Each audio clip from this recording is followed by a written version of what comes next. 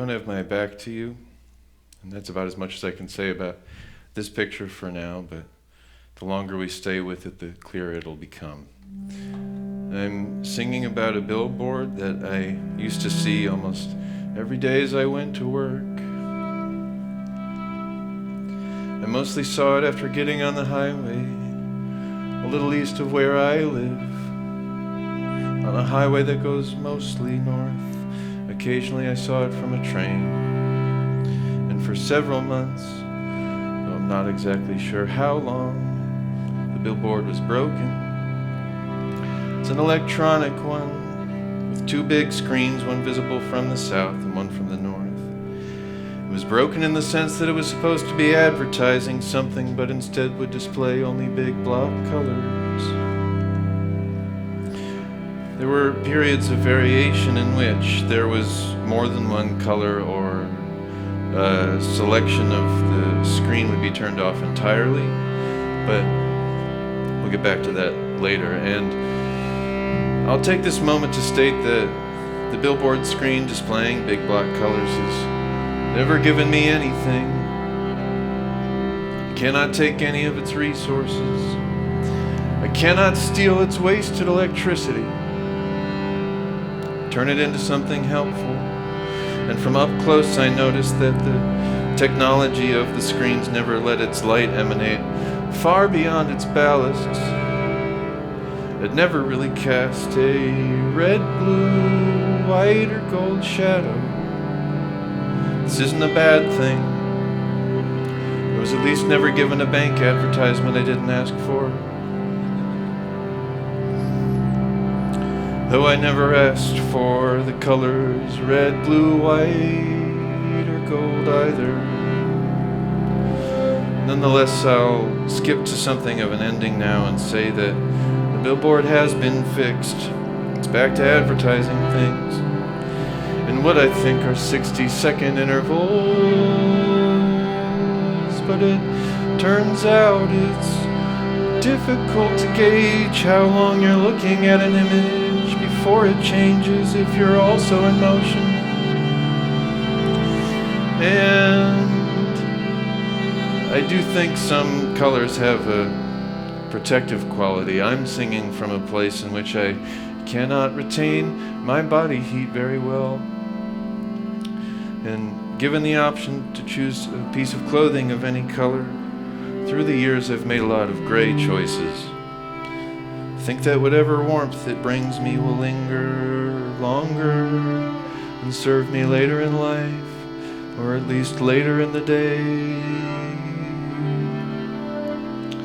I bought a very heavy gray trench coat second-hand when I was a teenager and wore it as my winter coat for several years. I variously used the coat as a blanket, a balled-up pillow, and all the buttons fell off and the lining tore in several places, and so the front was always open and stopped keeping me warm as it used to.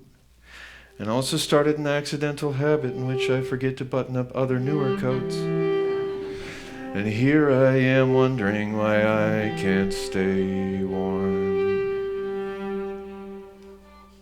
And I work as a teacher, mostly of music. I live here in Chicago and mostly work in Chicago, but saw the billboard mostly on days and when I went to teach in a city called Waukegan, Illinois. It's a little less than 40 miles of where I live, and it's a city of 88,000 people.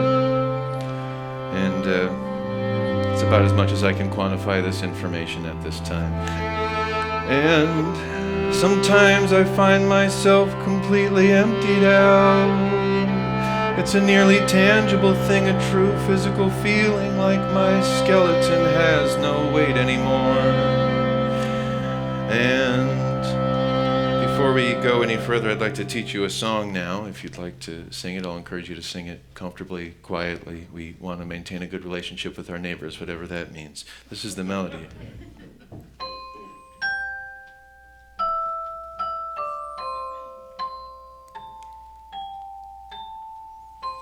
The words are, I haven't had a headache in weeks. This is what it sounds like.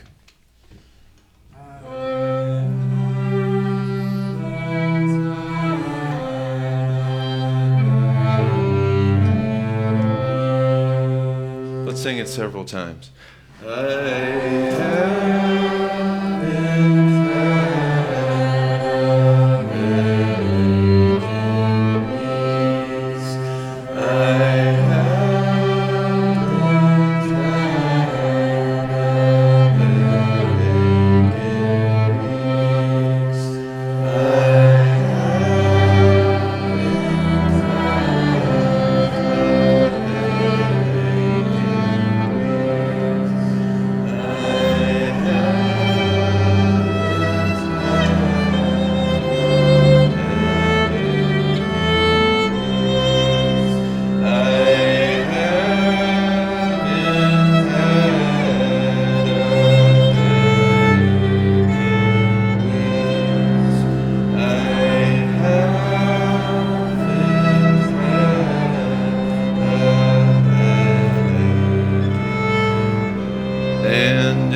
already apparent, the billboard became the center of things for me for a time.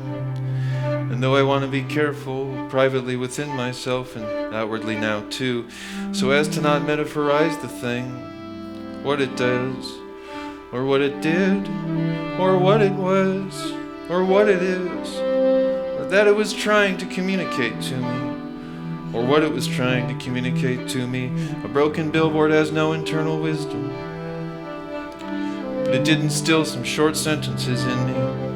I can only call them short sentences because they weren't aphorisms, nor were they advice, just considerations, some external wisdom worth staring at, like, your sentences are often too long. That was red. You only ever breathe deeply on purpose and shallow without thinking. That was gold. You overshot your desire to apologize less. Now you've stopped apologizing. That was white. And they've stopped humoring you, but that's probably a good thing. That was blue. And it's not a bolt of inspiration or a translation of a language that only I know. Maybe it's more of a correspondence, and maybe I lied before because I really did start asking for red, blue, white, and gold. And probably other colors that don't have names yet. Maybe correspondence is the better word for it, and I lose my sight sometimes, so to speak.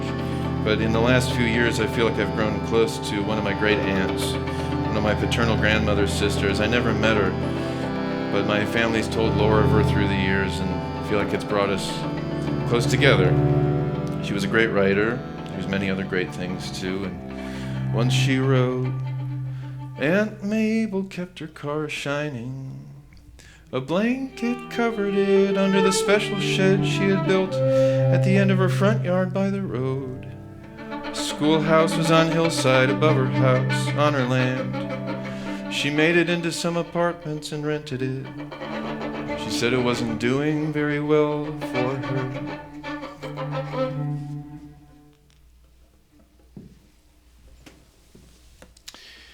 Now, I'm ready to look if you are. Still blurring out that part of the image because we don't do any free advertising here.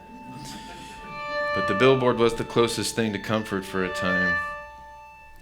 I never could really decide if the defiantly long period of malfunction made the billboard a constant, radical force of opposition, vibrating beautiful wrongness, sermonizing pure color at the commuting public, or if it was absolute stillness surrounded by arbitrary language and unnecessary movement. I did have a favorite era of the billboard, though. I call it its middle period. So let's say the billboard has 60 face cards. This is terminology that I did not glean from the billboard itself, but from one of its representatives. We'll get there later. But in this middle period, face cards, 39, 40, 49, 50, 59, 60, we're either blacked out or we display a second color. And None of this is an attempt to represent something. It's probably an attempt just to measure something or order it alongside other things, or an attempt to order its own details amongst itself, to consider its proximity to the center, to consider the center's proximity to the things moving past, around, or beyond the center. In this case, measuring the order of people driving north and south against the color red. And hi there, I hope this message finds you well. This may be a strange bit of communication, but I so truly appreciate your time and help. There's an electronic LED billboard located basically at North Ave and Noble Street here in Chicago, visible from 9094, not far from the Division Street on-ramp. I'm sure there are some other helpful identifying factors, but is this enough to find the right one? Anyway, this billboard, not to make you self-conscious, hopefully, as I ask, out of love, was seemingly broken or malfunctioning for several months, mostly last year. I went through a few stages, but was mainly displaying one big block color instead of an advertisement, sometimes with a second color in the bottom right corner. I became very fascinated by it and the little changes it would go through, and again, I know this probably isn't your typical conversation, but here goes. I'm writing a sort of poetic lecture that centers around the billboard, and I'd love to get as much real concrete information as I can from you after I saw your company's name on the billboard. How long was it out of commission? What was it supposed to be advertising during this time, if anything? Technically, what was supposed to be happening that made these big block colors display? How did several months pass without a presumed advertiser requesting a fix? Has this happened to other billboards in the area? Truly, this is out of fascination and excitement, out of seeing the billboard every day on my commute to work for months, and feeling oddly comforted by it. I'm a composer and a poet, and I've been talking about the billboard for months now. Would love to get your perspective on the thing. Anything you can give me back is great. Look forward to hearing back from you, and if you'd like to talk on the phone as well, that would be fine. And hello, just following up here. Let me know if there's someone I can get to talk on this matter. Thanks so much. And I don't know why I considered the bottom right corner to be a top layer. Both colors were only ever happening on a flat plane, but sometimes other sections would go out, display a second color in a different place, but because they were always a smaller section than what seemed like the main color, the smaller section seemed to float on top. The external wisdom always seemed to get more specific in this period. And I'd like to teach you another song to help us along. This is the melody.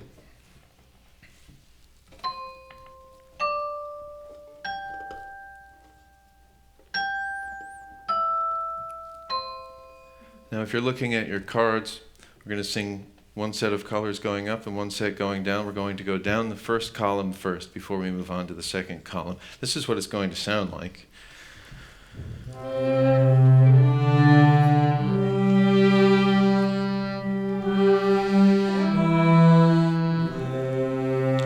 Let's sing it for a very long time.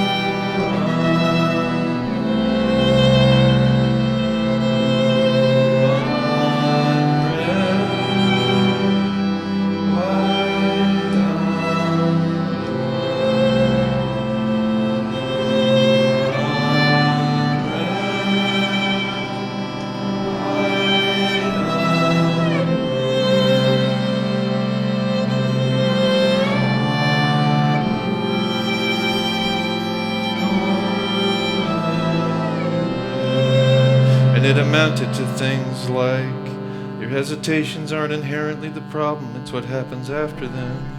That was white on red. Your breath will only deepen when the water runs clear. That was blue on blue. Your reasoning only accounted for space, not time. That was blue on black. And it's a good thing, and it always was. That was gold on red. And my great aunt's name was Lulu. She also had the most beautiful handwriting and typewriting. Once she wrote about her aunt, she kept her person just as neat, tidy, and clean as any person could be. The same way she kept her house. Her skin was like leather brown, all from the sound and wind. She did wear a broad-brimmed hat. She would look good on a magazine cover as a farm woman.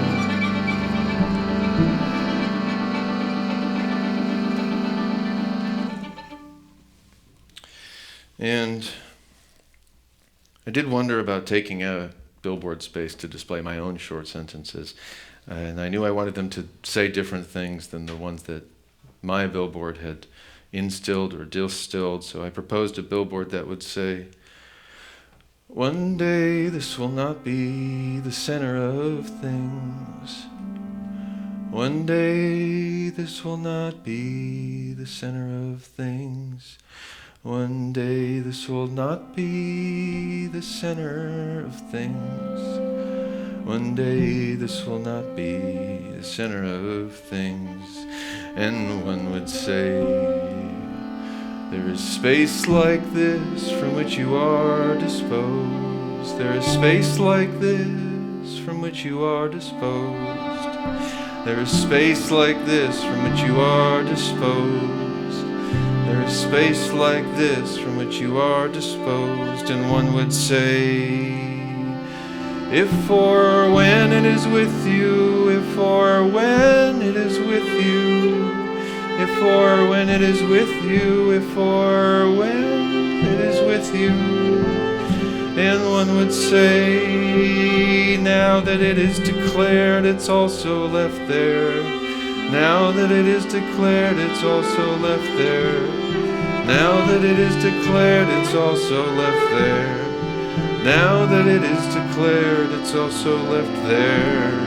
And one would say, the days in the first month center themselves lastly in the first month, that the last month repeats dry and uncentered but with gravity, with decidedly downward motion but utterly without center, and the center is also the middle, is in the actual dead center of it all the days, including the final ones, including the first light on the final day, which has a center but a mostly fictional one as far as any of the earlier days can predict.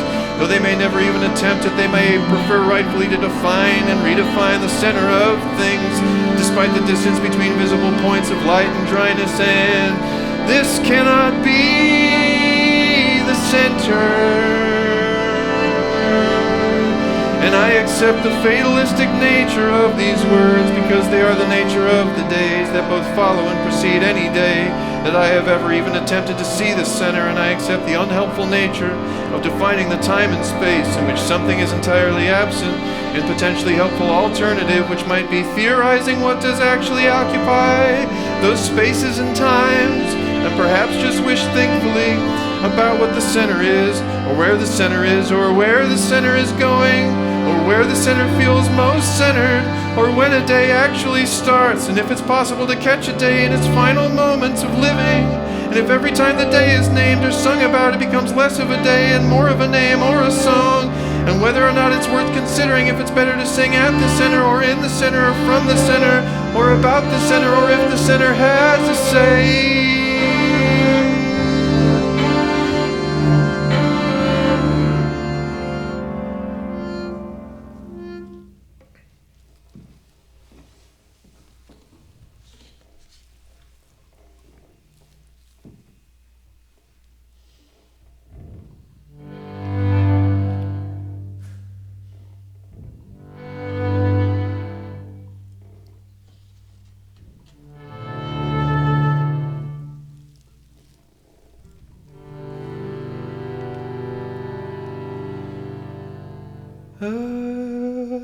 again. Say red and gold, blue and red again. Wasted light, unlike day and night, is waste or not light or light and not waste, and I am safe kept on space, gone or left.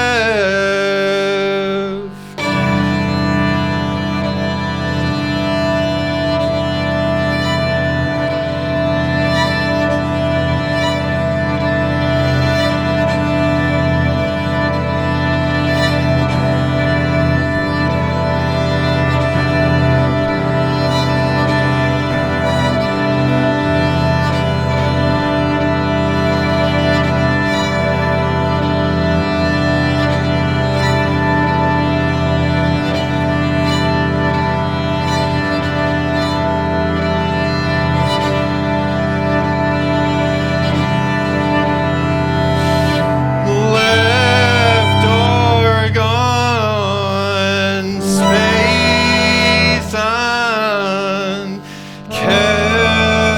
safe, am I, and waste not, and light or light not, or waste is night and day, unlike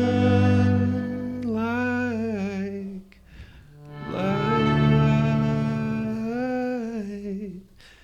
wasted again, red and blue, gold and red, say again.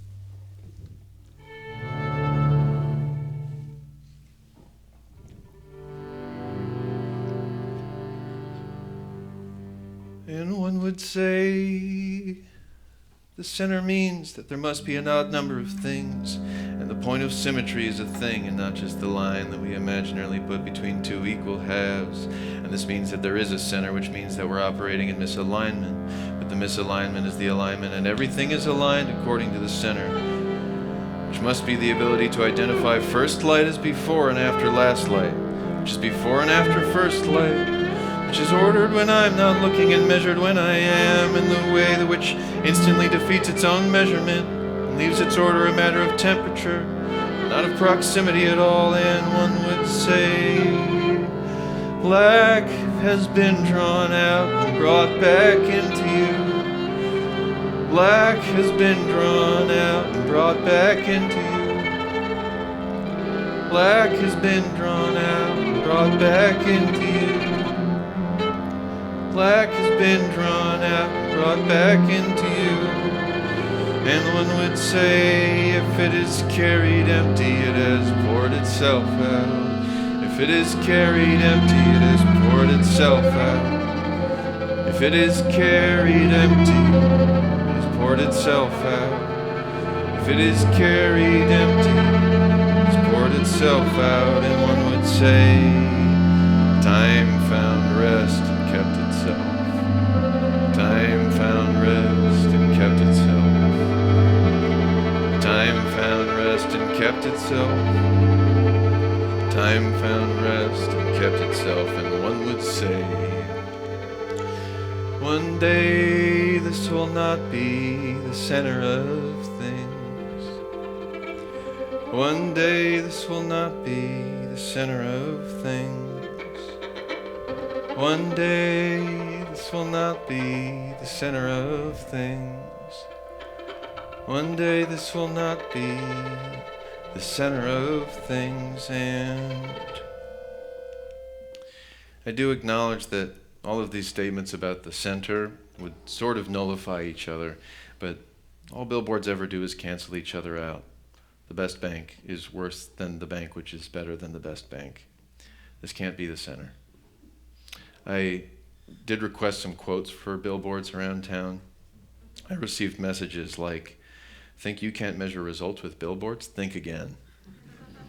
And billboards are awesome and we can prove it. I got some phone calls too. They were kind, but could tell I couldn't afford any of their offers. One of them asked, do you want to check with your people and get back to us? I said, sure.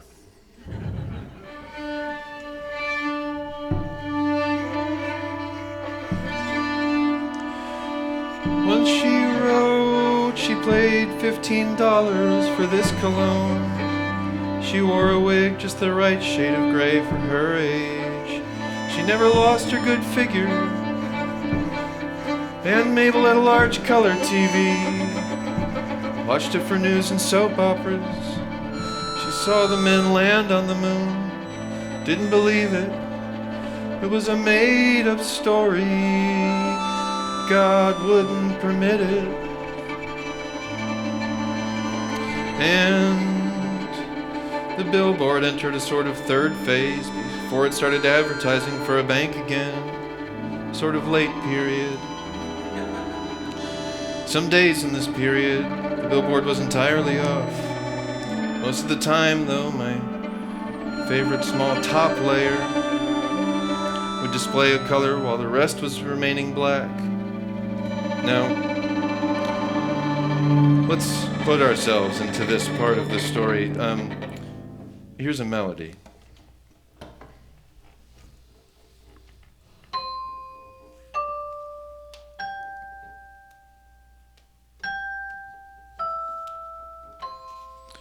What we're doing to honor the late period is replacing every second color with black on your card. The TV screen isn't going to help you. Let's sing it for a long time. This is what it's going to sound like.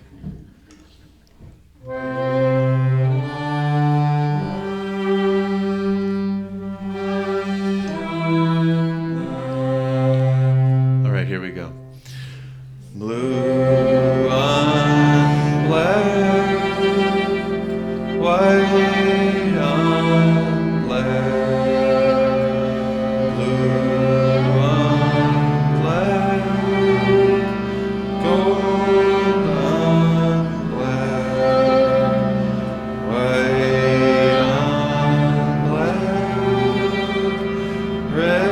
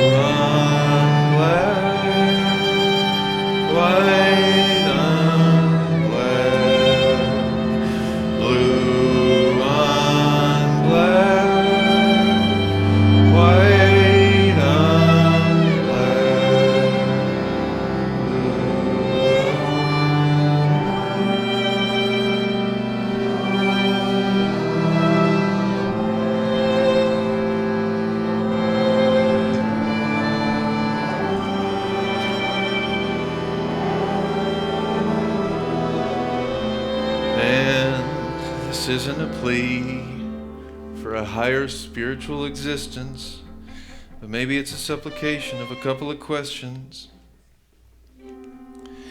Could I ever be in such a state of malfunction that I emanate pure light? What would I commune with if I was in such disrepair that I displayed undiluted color? And thank you for reaching out to us last week in regards to this digital billboard. Unfortunately, I can't discuss any personal repair questions regarding this customer without their written consent. I hope you understand. Thank you and have a great holiday. And thank you so much for this response. I know it's a strange request and I totally understand. Regardless of the repairs, can you tell me anything about the technical workings of the matter? Is it unadvertised space on the digital billboard that resulted in block colors? Or is this something that happens to billboards often? Thanks again, really, and... Hi, Sam, just following up here. Again, your time is much appreciated. Happy holidays and Happy New Year. And just bumping this once more. Thanks, Sam. And without taking a lot of my time, billboards and or digital signs are comprised of small square modules of LED clusters. These modules vary in size, roughly 1 foot by 1 foot square. So that large billboard is broken down into small module panels of LED clusters called face cards. When a connection or power supply that feeds several dozen of these face cards goes out, the entire rectangle or square becomes black, not communicating, affecting a smaller area of the sign. When that happens, my crew is dispatched to make repairs. Again, without getting too deep into the technical side of things, this is the basics around this outage. Hope this helps.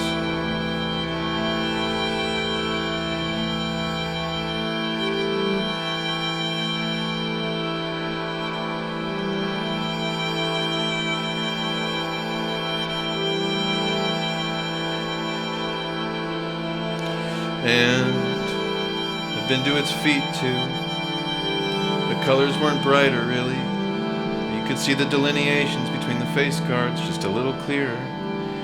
It looks large, but the smallness of the feeling of its largeness from further away seemed to distill its messages better.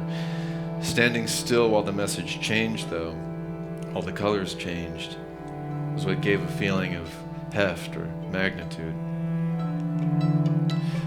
Turns out the message hits when the message changes, even if it's programmed way ahead of time.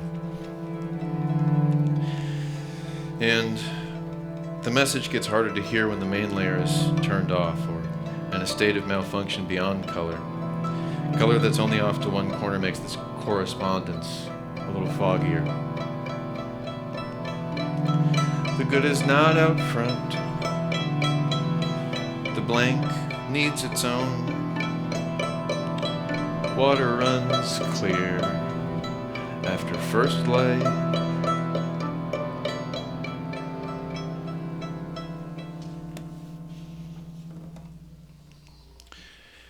And she wrote, while I was seeing her from time to time, she informed me she had made a will. Later she told me all her nieces and nephews wouldn't receive any of the farm because she had made arrangements with 2 brothers to care for her for the rest of her life. When she deeded them her farm, which she had done, mineral rights on her farm were supposed to be of value. And the neighbor wanted to drill for oil closer to her farm that law allowed. She forbade it so. There hadn't been a well driven. And there's more to be said, but before we go any further, I'd like to teach you one more song. This is the melody.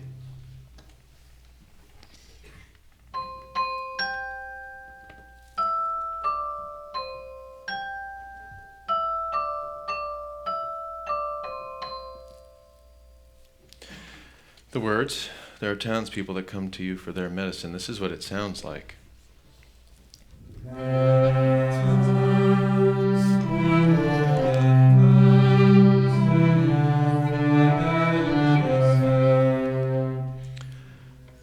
Let's sing it a lot. There are townspeople that come to you for their medicine. There are townspeople that come to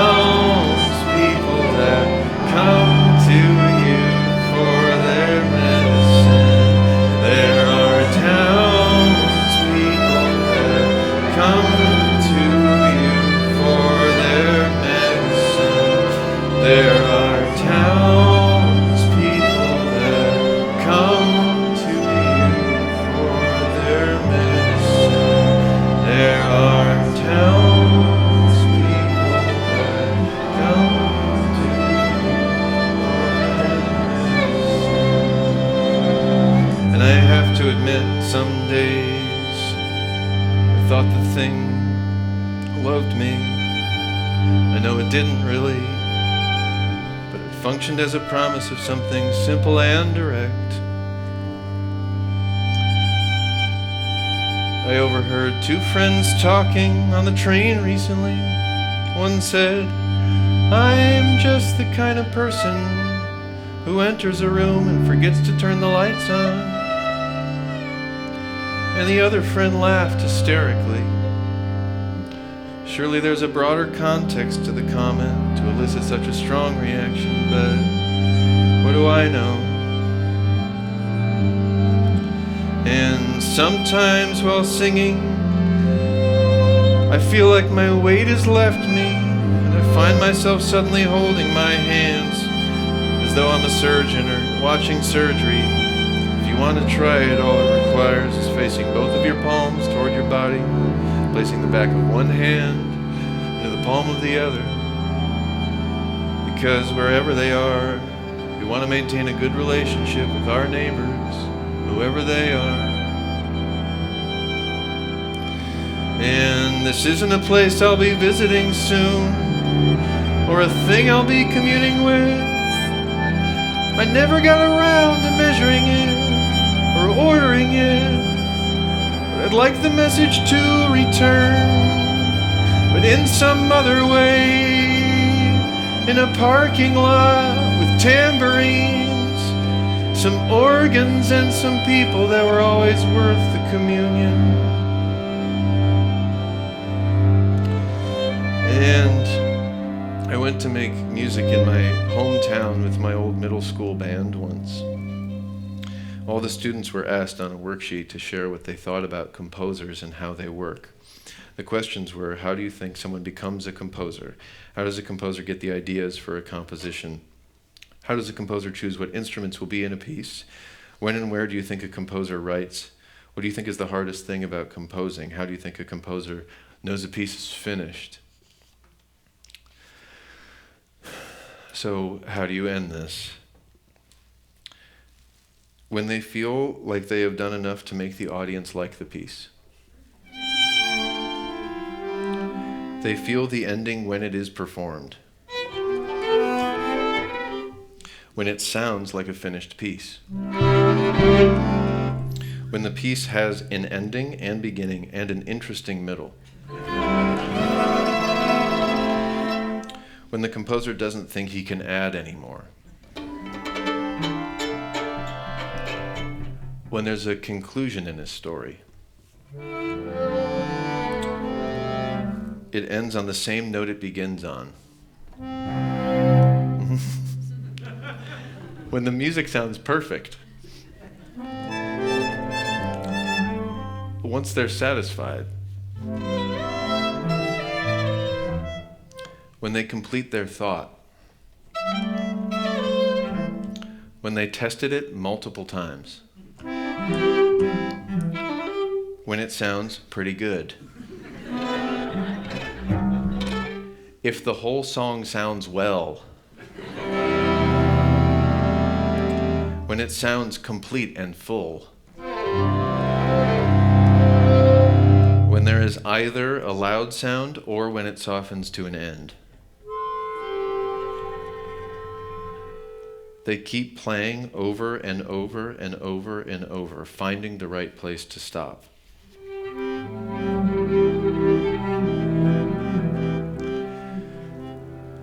And so if it feels worth it, and if you remember it, we're going to sing some more and add nothing new.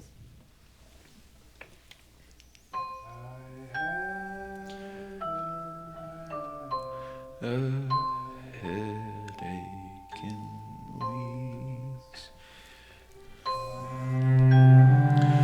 Blue on red, white on gold.